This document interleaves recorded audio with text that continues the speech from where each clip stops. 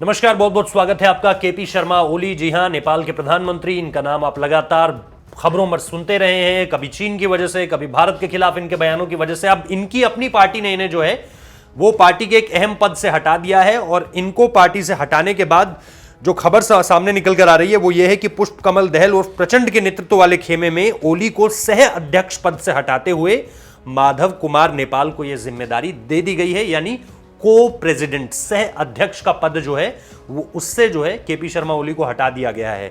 अब कैसे वो अपनी पार्टी से अलग इस वक्त पे चल रहे हैं, कैसे वो इंटरनेशनल प्रेशर में जी रहे हैं, कैसे अलग अलग तरह से उन्हें समझाया जा रहा है इंटरनेशनली भी और नेशनली भी, क्योंकि नेपाल में अभी जो है वो इस तरह के इलेक्शन फॉर्मेट को आए हुए बहुत टाइम नहीं हुआ था। मुझे जहां तक मुझे याद है तकरीबन ये 8 से 9 साल पहले की बात है। और 2010 तक की जो राजशाही है नेपाल में वो कायम थी। और उसके बाद ही अब लोग जो है वो हंगामा करने लगे हैं कि राजशाही को वापस लाया जाए और ये जो चुनाव की प्रक्रिया है इनसे नेपाल को दूर किया जाए। लेकिन इन सारी चीजों से इतर केपी शर्मा ओली का जो बयान है वो पार्टी लाइन से बिल्कुल अलग है। और इसीलिए प्रचंड और नेपाल की पीएम केपी शर्मा ओली के खिलाफ जो है उन्होंने अनुशासनात्मक डिसिप्लिनरी एक्शन जो है वो लिया है। और इस बीच दोनों ही खेमों ने पार्टी की मान्यता और चुनाव चिन्ह को अपने पास रखने के लिए प्रयास जो है वो तेज कर दिए हैं, ताकि आगे चलकर कोई ये ना क्लेम कर सके कि अगर हम नई पार्टी बनाने की तरफ जाते हैं तो हमें नया चुनाव चिन्ह लेना होगा।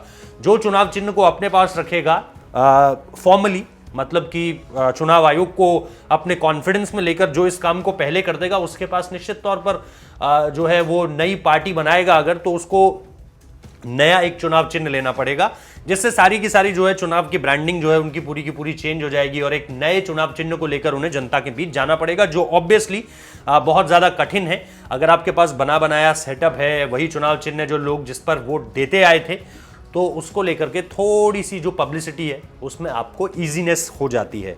और इसी वजह से ये सारी की सारी चीज़ें जो सामने निकल कर आ रही हैं। और केपी ओली को जो है अध्यक्ष पद से, जो सह अध्यक्ष पद था, उसे हटा दिया गया है।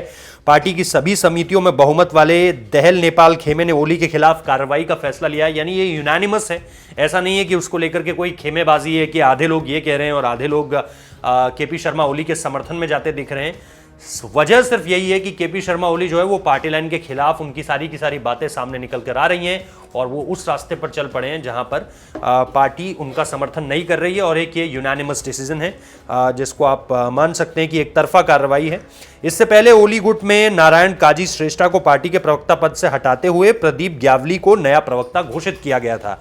यानी वो लोग जो केपी शर्मा ओली के समर्थन में भी हैं उन्हें भी हटाया जा रहा है। जैसे प्रवक्ता की बात पहले ही सामने निकल कर आ चुकी है।